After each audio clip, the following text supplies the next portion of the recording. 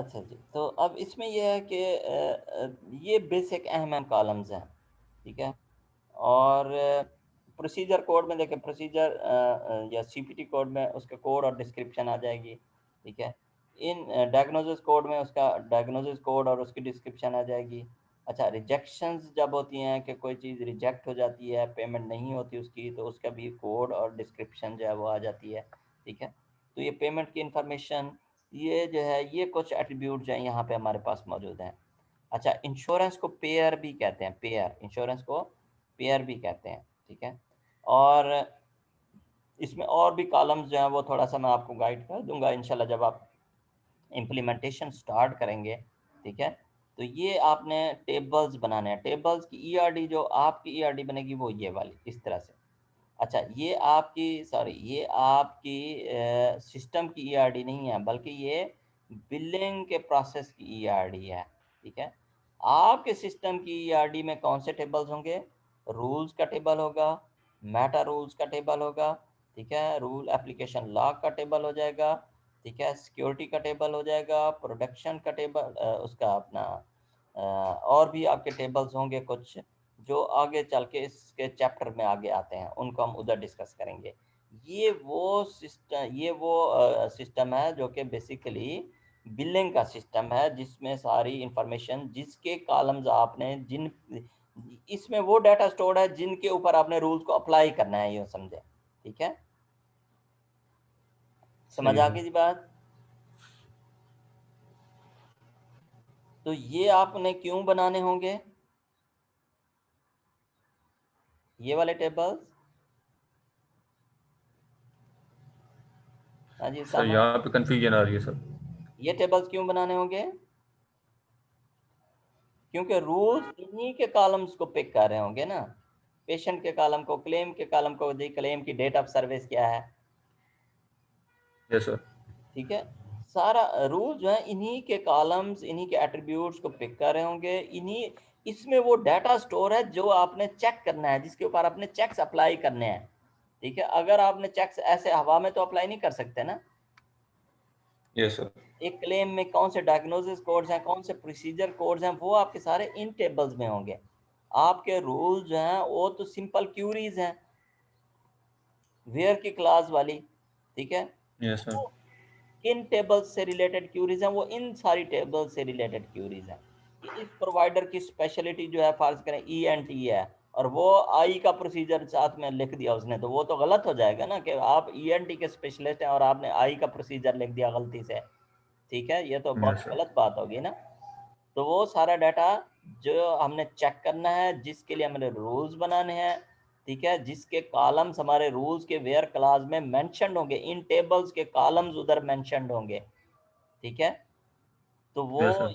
ये सारा वो डेटाबेस है। अच्छा, अब इन सारे टेबल्स में डाटा कहाँ से आता है? There are many different software, जिसका फ्रंट एंड होता है, वेब बेस्ड भी होते हैं, ठीक है? उनको हम बिलिंग सॉफ्टवेयर भी कह सकते हैं। जिस कंपनी में मैं काम करता था उसमें दो सॉफ्टवेयर, एक ईएमआर के ज़रिए इनमें डाटा आता था, दूसरा बिलिंग सॉफ्टवेयर था, पूरी टीम थी उसकी। इस डाटाबेस को बनाने के लिए, चलाने के लिए, इसका फ्रंट एंड मेंटेन करने के लिए पूरी टीम जो है वो काम कर रही थी। उनका अपना सॉफ्टवेयर था, यूँ समझे। वो सारा जो है, अ, उनका काम यही था कि इन टेबल्स में, कॉलम्स में डाटा डालना है, ठीक है? अच्छा, अभी इंटरेस्टिंग बात यह है कि वो क्लेम्स में जब इस तरह की रिजेक्शंस होती थी ना, क्लेम रिजेक्ट हो जाता था, अब क्लेम का डाटा इधर पड़ा हुआ है ना, ये प्रोसीजर पड़े हुए हैं, ये सारी क्लेम की और डिटेल पड़ी हुई है, रिजेक्शंस आ गई, एडजस्टमेंट्स आ गई, इंश्योरेंस कंपनी। अब जो ऑपरेशन डिपार्टमेंट था वो इनको कहता था, इस टीम को कहता था कि भाई आप जो है ये चेक लगा दें इस सॉफ्टवेयर के ऊपर, कि जब ये वाला कोड हो तो ये वाला कोड नहीं होना चाहिए, ये वाला कोड हो तो पेशेंट की जेंडर ये होनी चाहिए, ये वाला कोड हो तो इस डॉक्टर के लिए हमने ये मॉडिफायर लगा देना है। अब वो जो बिलिंग टीम, सॉरी, वो जो बिलिंग सॉफ्टवेयर को वाली डेवलपमेंट टीम थी, उसने ये सारे चेक्स अपने कोड में, अपने सॉफ्टवेयर में इनकोड करना शुरू कर दिए। अब वो फिर चीखते थे कि भी अब हमारा कोड जो है वो हम कैसे इसको इम्प्लीमेंट करें, वो उनका कोड जो है वो बढ़ता जाता था, ठीक है ना?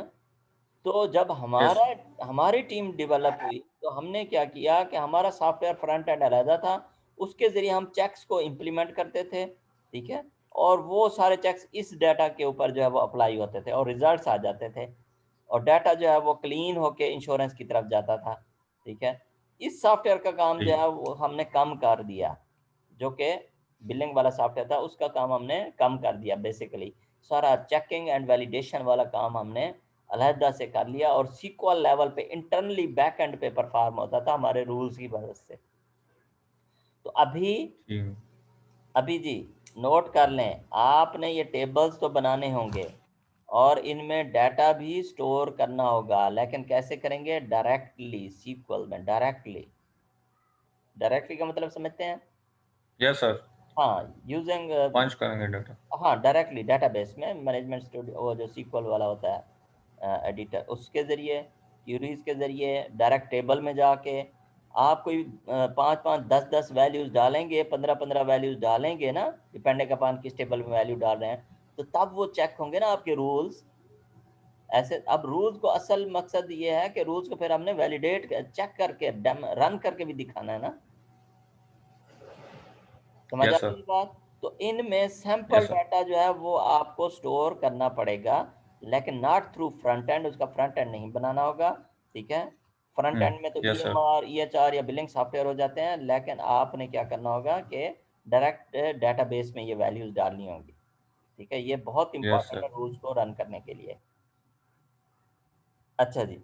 तो ये इस चैप्टर में से ये डायग्राम थीसिस में मौजूद है। ये आप जो है एज़ इट इज़ ले सकते हैं और इसके मज़ीद कॉलम्स हम जो है कुछ आपको ऊपर वाली इस यहाँ से मिल जाएँगे, कुछ कॉलम जो है मज़ीद हम जो अच्छा कुछ कॉलम्स आपको जो प्रीवियस प्रोजेक्ट्स हुए हैं ना, उनसे भी मिल सकते हैं। ईएमआर के प्रोजेक्ट्स हुए हैं यहाँ बीआईटी में, ठीक है?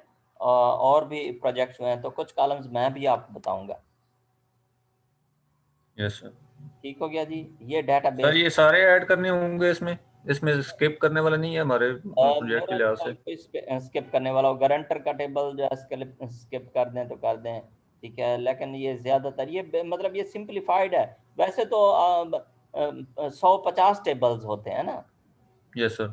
एक जब सॉफ्टवेयर होता है ये टेबल भी बना दो, वो टेबल भी बना दो, वो तो ऑलमोस्ट यस सर। 100 के करीब टेबल्स होते थे ऑपरेशंस यस में। सर। यस लेकिन ये तो यस सर। 10-15 टेबल्स हैं जो अहम टेबल्स हैं। ये राइट सर। यूँ समझिए कि रिफाइंड डाटा है ना। सही सर। हाँ जी, मेन पोर्शन देखें लिखा हुआ है main portion of operational database. Right sir. ये ऑपरेशंस का डाटा जिसमें क्लेम्स का, पेशेंट्स का डाटा, डॉक्टर्स का डाटा, इंश्योरेंस का डाटा जो है डला हुआ है। इनके ऊपर आपके रूल्स जो हैं अप्लाई होने हैं। ठीक हो गया ठीक। जी? सिर्फ नॉलेज यस एडिटर सर। नहीं है, बल्कि साथ में कुछ और चीज़ें भी हैं। डेटाबेस हो गया जैसे ये, ठीक है? इसी तरह से यस आगे सर। इन्फ्रेंस इंजन भी है, उस पे भी हम बात करेंगे। अच्छा जी, ये एल्गोरिदम आप बिल्कुल इग्नोर कर सकते हैं, इसकी कोई ज़रूरत नहीं है। कुछ रूल्स की एग्जांपल्स दी तो गई हैं एक्सप्लेन करने के लिए, लेकिन आपके लिए शायद समझना जो है इतना आसान नहीं होगा, ठीक है?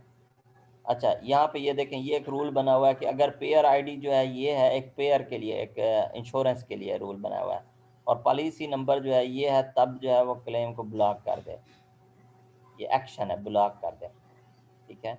सही है सर। पॉलिसी नंबर की लेंथ 8 लेस देन 8 है तब भी ब्लॉक कर दे। ग्रेटर देन 8 है, 14 है, तब भी ब्लॉक कर दे। इस इंश्योरेंस के लिए जो पॉलिसी नंबर होता है, जो इंश्योरेंस का नंबर होता है पेशेंट का, उसकी रेंज जो है, कैरेक्टर्स जो हैं वो 8 से लेकर 14 तक होते हैं। सही है सर। तो उसके लिए हमने ये एक रूल बना लिया, these are the multiple conditions. एक रूल में ये मल्टीपल कंडीशंस हो सकती हैं। तो ये राइट सर। हाँ, कि अगर वो खाली है तब भी ब्लॉक कर दे।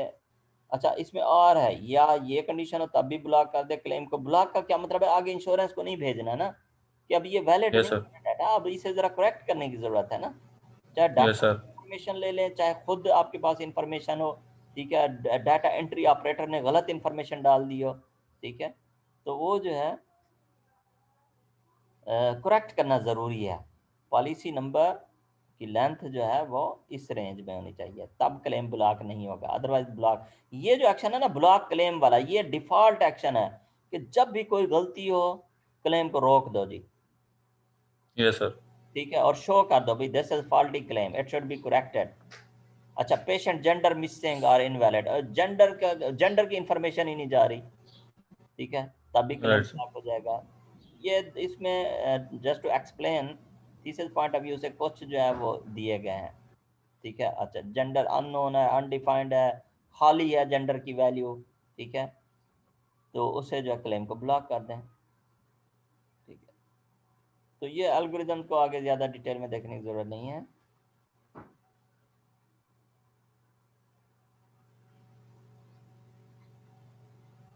अच्छा जी, ये भी आप इग्नोर कर सकते हैं। आगे हम चलते हैं अपने नॉलेज एडिटर वाले चैप्टर पे। शायद इन्फ्लुएंस इंजन पहले आएगा, देखते हैं। यहाँ नॉलेज एडिटर पहले आ गया। ये आपका मेन चैप्टर है, ये मतलब ये सारा सॉफ्टवेयर आपका जो है वो एक तरह से बना हुआ है। अब इसके आपके सॉफ्टवेयर के अपने कॉलम्स होंगे, ठीक है। ये थ्योरी का पोर्शन आपने एआई पढ़ा था, मुझसे पढ़ा था, किससे पढ़ा था?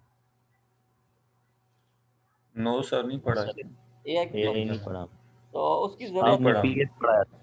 हाँ जी, खैर उसकी ज़रूरत नहीं है। हम एआई में ये 3 लैंग्वेजेस यूज़ करते होते थे उस कोर्स में, लेकिन अभी आपके सॉफ्टवेयर में तो हम सीक्वल यूज़ करेंगे ना, मेनली बैक एंड पे सीक्वल यस होगा, सर। सीक्वल सर्वर होगा, याद रखें जी। और वेब सर्विस के लिए सही। इंटरेक्शन करानी है, वेब सर्विस के ज़रिए इंटरेक्शन करानी है उसकी, ठीक है। अच्छा जी, अब आपके कुछ वो हैं एंटिटीज़ जो आपके सिस्टम से रिलेटेड हैं। एक है लॉजिकल वेरिएबल वाली एंटिटी। यहाँ पे ये चीज़ मैं रिफाइन करना चाहूँगा आपके सिस्टम के लिए, और जो मैंने इम्प्लीमेंट की थी। लॉजिकल वेरिएबल को मैंने एक सिंबल से रिप्रेजेंट किया था ऐसे, जैसे ये क्या है जी, डेट ऑफ बर्थ, तो लॉजिकल वेरिएबल है डेट ऑफ बर्थ। बर्थ बस। किसकी date of birth? Patient. Patient. Patient. हाँ जी बिल्कुल, डॉक्टर की भी तो हो सकती है ना, ठीक है। Yes sir. ये पेशेंट की डेट ऑफ बर्थ का वेरिएबल है। अच्छा, मैंने अपने रूल्स के अंदर इस तरह से एंगल ब्रैकेट में लॉजिकल वेरिएबल को लिखा हुआ था, ठीक है। अब जिस रूल में डेट ऑफ बर्थ हम कहते हैं जी, फर्ज करें हम इस वैल्यू को, इस सिंबल को यूज कर रहे हैं, date of birth is greater than 20, मैं चेक कर रहा हूँ कि पेशेंट की डेट ऑफ बर्थ जो है वो ग्रेटर देन 20 है या नहीं है, तो आगे मैं ग्रेटर देन का सिंबल लगाऊंगा, आगे नंबर लिखूंगा 20, और वेयर इसकी लेफ्ट साइड पे वेयर आ जाएगा, ठीक है। तो अब देखें कि जब ये क्यूरी ऐसे, तो इसके साथ तो एक्सिक्यूट नहीं हो सकती ना, यहाँ पे तो उस पेशेंट की डेट ऑफ बर्थ आनी चाहिए जिसका क्लेम हम चेक कर रहे हैं। Yes sir. तो इस डेट ऑफ बर्थ की वैल्यू गेट करने के लिए मैंने एक और क्यूरी लिखी हुई थी कि भाई डेट ऑफ बर्थ गेट करनी है, ठीक है। तो फिर जो है ये क्यूरी एग्जीक्यूट कर दें, select date of birth from patient where patient ID is equal to this. ये क्यूरी मुझे डेट ऑफ बर्थ की वैल्यू देती थी और यहाँ पे जो है मैं उसे इंसर्ट कर देता था। जी अभी जो है, जो पहला चेंज आपने करना है, इसे बहुत ही सिंपल कर देना है। सिंपल कैसे करना है कि आपने यहाँ पे जो है लॉजिकल वेरिएबल्स आपका इस फॉर्म में नहीं होगा, एंगल ब्रैकेट में नहीं होगा। लॉजिकल वेरिएबल आपका क्या होगा, डायरेक्टली उस टेबल के कॉलम का नाम होगा, डायरेक्टली, जी सर। ठीक है। अगर आपने टेबल के कॉलम का नाम, बीच में शायद स्पेसेस देना मुनासिब तो नहीं होता, डेट, बर्थ डेट किया हुआ है या इवन DOB किया हुआ है, ठीक है, तो वो एंगल जी ब्रैकेट के बगैर ही होता है ना, अभी एंगल ब्रैकेट नहीं यूज होते, स्पेस भी यूज नहीं होती। तो टेबल कौन सा है, पेशेंट का, कॉलम कौन सा है, DOB, date of birth. Data. तो आपका लॉजिकल वेरिएबल रूल में डायरेक्टली जो है वो इसी कॉलम से रिप्रेजेंट होगा, ठीक है। तो जी ये सर। बाकी ये सारी टेबल, आपको ये सारी टेबल बनाने की ज़रूरत नहीं है, ठीक है जी। जी जी ठीक है सर। समझ आ गई बात। लॉजिकल जी variable sir. Is the column name, attribute name of a table. जी और सर लॉजिकल वेरिएबल हम ठीक कहाँ है यूज़ करेंगे, अपने रूल्स की क्यूरीज में। और इसे हम लॉजिकल वेरिएबल क्यों कह रहे हैं, क्योंकि ये इसकी वैल्यू चेंज होती रहती है। अभी इस पेशेंट का डेट ऑफ बर्थ और होगा, दूसरा पेशेंट आएगा तो डेट ऑफ बर्थ की वैल्यू और हो जाएगी, तीसरा पेशेंट आएगा तो डेट ऑफ बर्थ की वैल्यू और हो जाएगी। और हो जी। इसलिए हम इसे लॉजिकल वेरिएबल लॉजिकल। करें, प्रोग्रामिंग का वेरिएबल नहीं है, ठीक है। ये लॉजिकल वेरिएबल है कि टेबल का कॉलम है बेसिकली, ठीक है, जिसकी वैल्यू जब हम specific to a claim get करते हैं तो हमारे पास वैल्यू जाती है। तो ये टेबल आपको बनाने की जरूरत नहीं है। हाँ, ये ठीक। टेबल बनाने की जरूरत होगी कि मेटा रोल का नाम क्या है, डिस्क्रिप्शन क्या है, वो जो सीक्वल की क्यूरी है वो आपकी यहाँ पे आएगी, ठीक है। जी सर। स्टेटस 0 और 1, एक्टिव या इनएक्टिव। बाज़ वक़्त हम रूल बनाते हैं ना, मेटा रूल बनाते हैं। मेटा रूल और रूल का डिफरेंस भी हम डिस्कस करेंगे, ठीक है। प्रायोरिटी क्या है, जी हाई सर। प्रायोरिटी वाले रूल्स जो हैं, मेटा रूल्स पहले एग्जीक्यूट होने चाहिए, ठीक है। जी सर। अभी वो रजा का नेट डिस्टर्ब हो गया है। अच्छा जी, ये कॉलम मैं आपको बता। बनाना होगा जी, ठीक है। लॉग का ठीक कॉलम है होता सर। था कि इसको हमने एप्लीकेशन लॉग में, मतलब जब इसे एग्जीक्यूट करें तो जो इसका रिजल्ट आए वो उसको हमने मेंटेन करना है लॉग में, उसकी हिस्ट्री मेंटेन करनी है या नहीं। ये कॉलम भी 0 या 1 होता था, ठीक है। अच्छा जी, रूल्स का हमने वो बनाना है, ये टेबल आपने बनाना है, ठीक है सर। ठीक है। रूल्स का टेबल, ये जी बैक एंड पे टेबल्स हैं आपके। फ्रंट एंड से जो आपका आईफोन एंड्रॉयड बेस्ड होगा, किस में जाएगा डाटा, इन में जाएगा। इन कॉलम में हर कॉलम की जो है वो इंफॉर्मेशन दी गई है, ये आपने स्टडी करना है, ठीक है। इसे हम फिर डिस्कस करेंगे। ये टेबल आपके ठीक है सिस्टम का टेबल है। अच्छा, अब इसमें यह है कि वन मैटर रूल, यहाँ पे देखें, एक one matter rule can be related with multiple, sorry, one matter rule can be related with multiple rules. तो ये फॉरन की आ रही है मेटा रूल की यहाँ पे रूल के टेबल में, ठीक। ठीक है ना। अच्छा, जी अभी सर। आप ये, मैं आपको मेटा रूल की एग्जांपल देता हूँ सिंपल सी, कि जैसे आपका ये एजुकेशन यूनिवर्सिटी के सिस्टम से तो आप फेमिलियर है ना बहुत ज़्यादा। हम कहते हैं जी डिग्री के क्रेडिट आवर्स 72 होने चाहिए, जी और सर। मैक्सिमम 6 सेमेस्टर होने चाहिए, 4 सेमेस्टर बाद डिग्री मिलनी चाहिए। 2 रूल्स मैंने बता दिया आपको, ठीक है ना। Excuse me sir. जी जी, सर ये थोड़ा सा ओवरव्यू दे दीजिएगा लॉजिकल वेरिएबल से, मतलब मैं इंटरनेट डिस्कनेक्ट हो रहा लॉजिकल है। वेरिएबल का कोई इशू नहीं है, वो तो कॉलम का नाम हो गया ना, टेबल के कॉलम का नाम हो यस, गया। Yes sir. अभी मैं आपको बता रहा हूँ मेटा रूल और रूल। ये मेटा रूल का टेबल आपने बनाना है एज इट इज, और दूसरा आपने रूल का टेबल बनाना है ये वाला। इसमें सारी ये हर कॉलम की आगे डिस्क्रिप्शन दी गई है। इसमें ये बता रहा था ये मेटा रूल फॉरन की आ रहा है रूल के अंदर, ठीक है। One Meta rule is associated with multiple rules, ठीक है। रजा, आवाज आ रही है? अच्छा जी, अभी आप देखें यस सर। कि मैं आपको एग्जांपल देता हूं। मैं आपको 2 चेक्स बताता हूं कि किसी स्टूडेंट को हमने क्लियरेंस सर्टिफिकेट देना है बीआईटी में, तो 2 चेक्स जो है वो होने चाहिए कि भाई उसका मतलब 2-3 चेक्स हम जो है वो लगाते हैं। बहुत सारे चेक्स होते हैं। एक भी उसका सीजीपीए 2.5 से ऊपर हो, दूसरा उसके 4 सेमेस्टर से लेकर 6 सेमेस्टर तक हो, जो उसने स्टडी किए हों, उससे ज़्यादा ना हो, तीसरा क्रेडिट आवर्स उसके 72 हो। अब ये मैंने 3 चेक्स आपको बता दिए। मुझे ये बताएं कि ये सारे चेक्स जो हैं ये आपके लिहाज से वैलिड हैं, एप्लीकेबल हैं? जी सर, वैलिड भी है, एप्लीकेबल भी है। आपके लिहाज से नहीं है, मैं आपकी बात कर रहा हूँ। आप बीएस आईटी के स्टूडेंट्स हैं ना तीनों? Yes sir. जी सर। आप तो 8 सेमेस्टर लगते हैं ना मिनिमम, 6 पे कौन डिग्री देगा? यस, हमारे नहीं, हमारे लिहाज से नहीं। यस। 72 क्रेडिट आवर्स तो नहीं है ना आपके? आपके तो 130 होंगे। No sir, no sir. ये जी यस किस, सर। सर। तो ये सारे 3 चेक्स जो मैंने बताए हैं एक स्टूडेंट उसके लिए, ये किससे रिलेटेड है? सर ये एम एमएस बिल्कुल, के एमसी। लिए। ये एमसीएस के रिलेटेड है। एमसीएस के लिए। बिल्कुल बिल्कुल, तो इनका मैटर रूल क्या हो गया?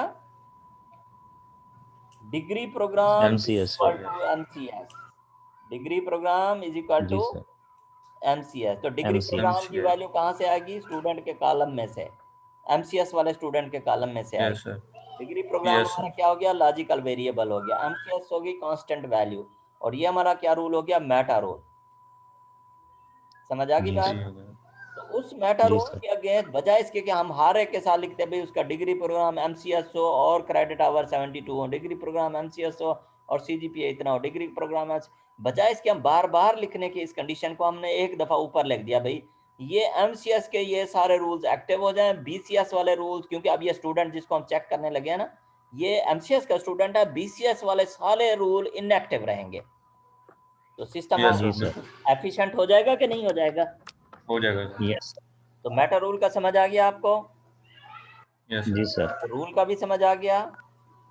जी यस सर। रूल का मतलब है चेक्स विच में contain multiple conditions. Meta rule means कि प्रायर चेक जो कि हमारे उसको करे।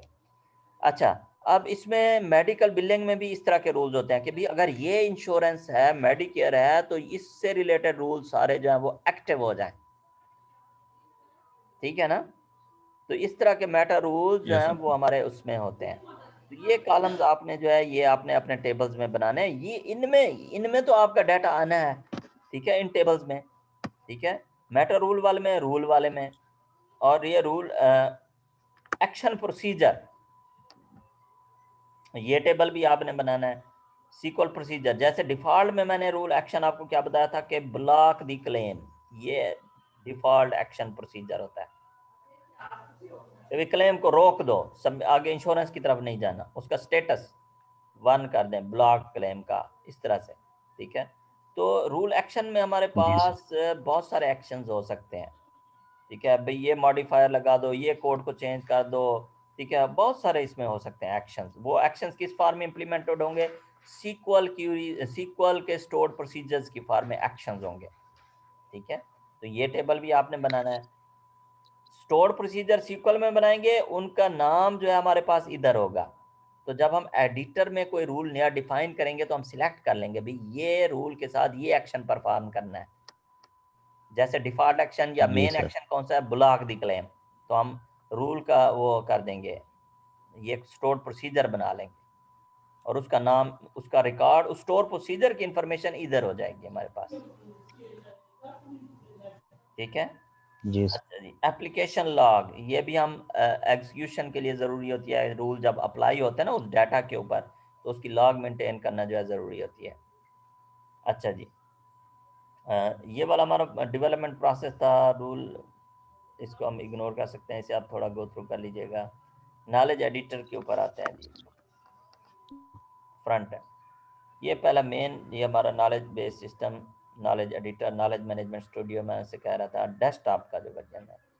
अब ये देखें, ये अब आपके जो है अभी तो मतलब एक इमेजिनरी वो चीज़ थी ना, अब ये आपका जो है ये बिल्कुल आपके सामने आ गई है वो चीज़ जो आपने जो है ये वो करना था, रूल्स जो आपके बनाने हैं, ठीक है ना। यस सर, ये डेस्कटॉप एप्लीकेशन है, ये इससे आपको मतलब क्लियर नहीं हो रहा कि अभी क्या चीज़ जो है वो है, क्या बनाना है आपने। ये देखें, ये लिस्ट ऑफ रूल्स आ रही है, रूल का नाम है, अपनी मर्जी से हमने नाम दे दिए, और ये रूल की जी सर। डिस्क्रिप्शन आ रही है। तो जो रूल ऑलरेडी बने होंगे वो रूल्स हैं वो कहाँ पे होंगे? आपका एक बिल्कुल पहला फॉर्म आ जाएगा जी, बैक। रूल बने हुए हैं।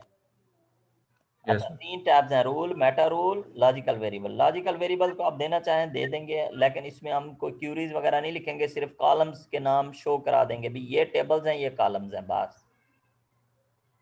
कौन से टेबल्स और कौन से कॉलम्स? वो ऑपरेशनल डेटाबेस के, वो जो main portion of operational database मैंने बताया था आपको, ठीक है। अच्छा, जी सर। अब एक तो लिस्ट ऑफ रूल होगी, रूल का नाम अपनी मर्जी से दिया, रूल का डिस्क्रिप्शन अपनी मर्जी से दिया, ये वर्बल डिस्क्रिप्शन है ना, ठीक है। यस सर, ये कोड को आप इग्नोर कर सकते हैं। स्टेटस, एक्टिव है, इनएक्टिव है।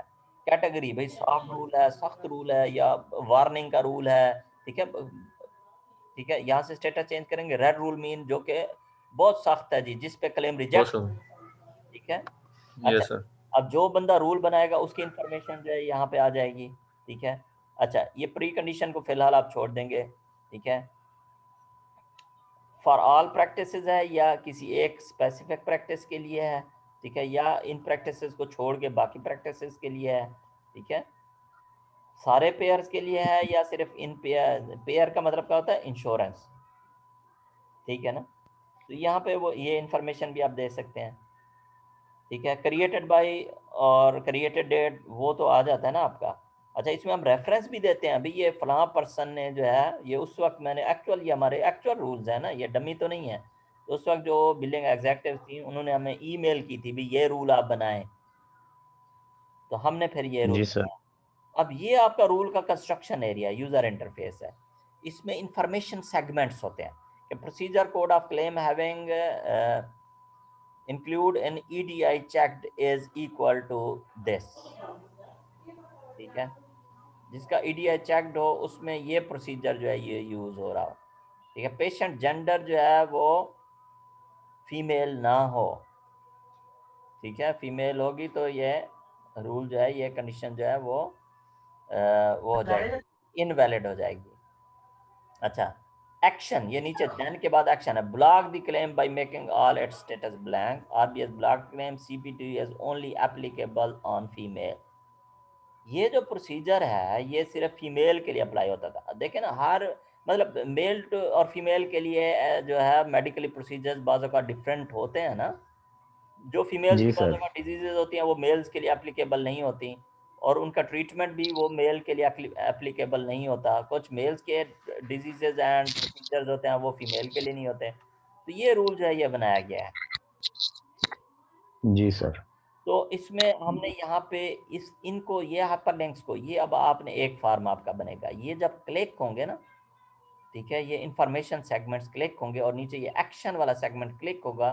ठीक है, तो हमारे पास ऑप्शंस आते जाएंगे, उनको जब हम सिलेक्ट करेंगे, इनसे आगे जो विंडोज हैं वो नीचे आ रही हैं, जब हम उनको सिलेक्ट करते जाएंगे तो एट द एंड जब हम ये जनरेट सीक्वल क्यूरी करेंगे तो ये हमारी सीक्वल क्यूरी आ जाएगी।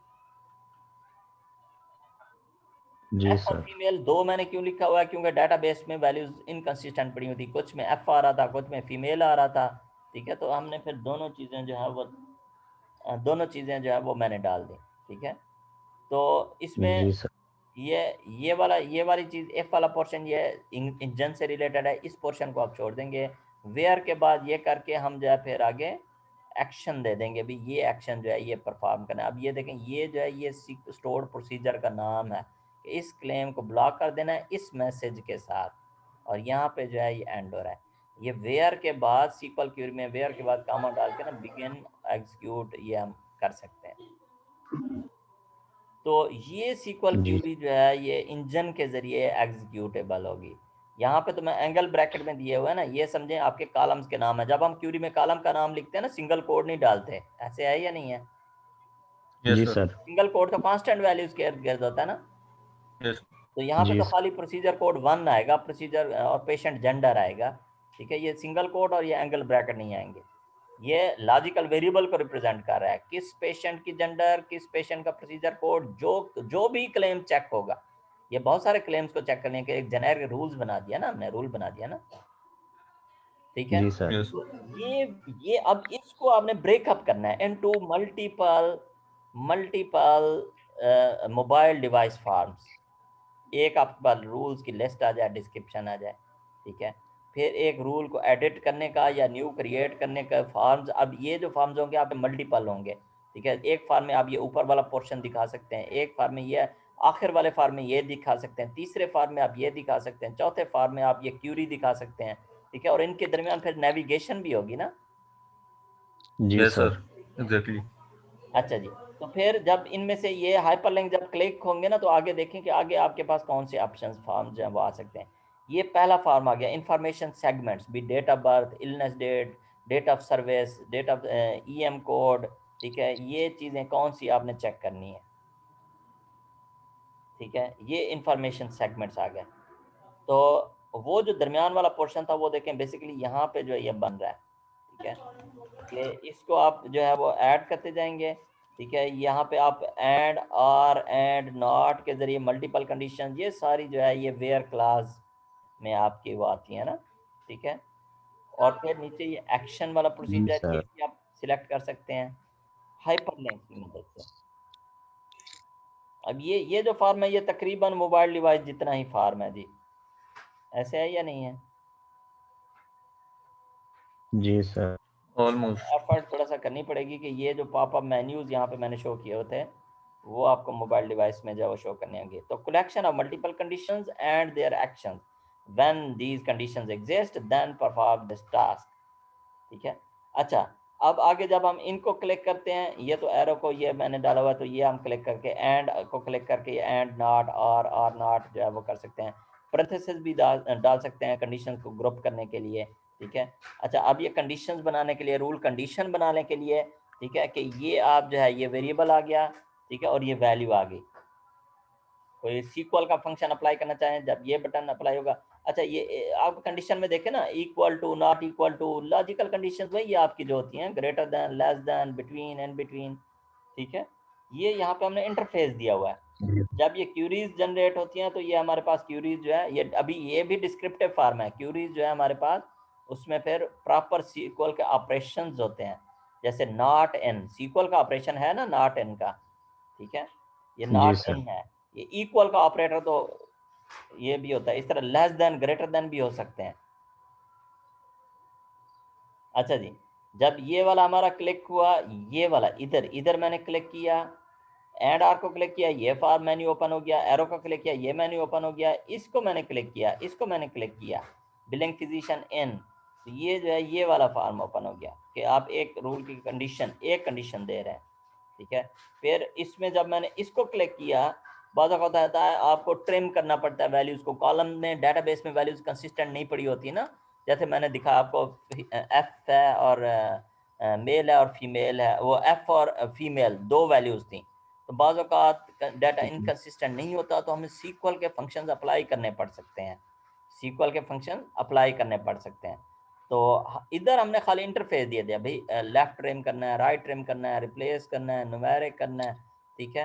तो ये जो भी करना है, इज नल, नल वैल्यू पड़ी होती हैं, अपर में कन्वर्ट करना है। ठीक है।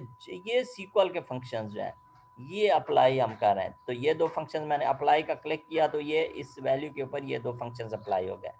ठीक है। अच्छा, यहाँ पे वैल्यू के बजाय आपका वो कॉलम का नाम भी हो सकता है, जिसे हम लॉजिकल वेरिएबल बोलते हैं ना।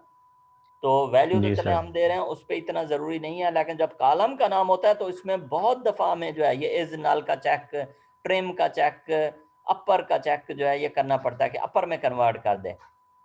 ठीक है ना। तो जी जब सर। इसकी वैल्यू फिर हमारे पास इधर आएगी, ठीक है, यहाँ पे आएगी। ठीक है, यहाँ पे वो सीक्वल का फंक्शन अप्लाई हुआ होगा। ठीक है, और इसकी वैल्यू हमारे पास जो है वो फिर यहाँ पे डिस्क्रिप्टिव फॉर्म में आएगी, और बैक एंड पे हमने क्यूरी जो है वो जनरेट करनी है। अच्छा जी, मेटा रूल एडिटर भी इसी तरह से होगा। ठीक है, कि इसमें वो ज़्यादा वहाँ पे तो था ना कि रूल किस मेटा रूल से रिलेटेड है, यहाँ पे सिंपल आप एक क्यूरी जो है वो बना देंगे।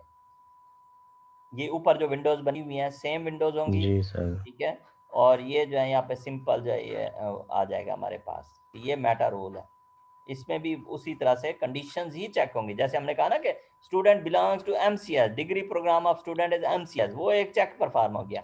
अच्छा, उसका एक्शन कोई नहीं है, वो मेटा रूल क्या करेगा, वो बाकी रूल्स को एक्टिवेट करने के लिए है ना, जो एमसीएस से रिलेटेड क्यूरीज थी भाई, उसके क्रेडिट आवर इतने होने चाहिए, जी उसका जो सर। है सीजी पे इतना होना चाहिए।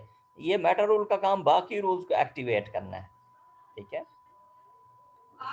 जो जी। रूल्स के लिए टेबल होंगे वही मेटा रूल्स के लिए टेबल होंगे। डिबगर को इसको आप छोड़ देंगे, ये आपने नहीं बनाना। ठीक है, अब ये ऑपरेशंस वाला, ये भी फ्यूचर एक्सटेंशन के तौर पे पहले बार वो वाला काम कर लेना है, फिर ये बनाना है। ये जो है ये होता है रूल को, अभी आप सिर्फ एक्टिव इनएक्टिव का कर देंगे। वो अपने उधर मेरा ख्याल है रूल के अंदर भी चेक बॉक्स रखा हुआ है कि एक्टिव या इनएक्टिव का, तो ये जो है इस वाले को भी आप जो है फिलहाल इग्नोर कर सकते हैं, ये फ्यूचर एक्सटेंशन में हो सकता है।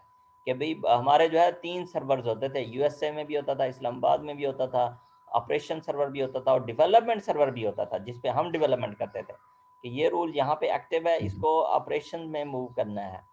तो फिर हम ऐसे इसको यहाँ ये इंटरफेस हमने दिया हुआ था। ठीक है, कि जी वो सर। सारा रूल का रिकॉर्ड कॉपी हो जाता ऑपरेशन डेटाबेस में।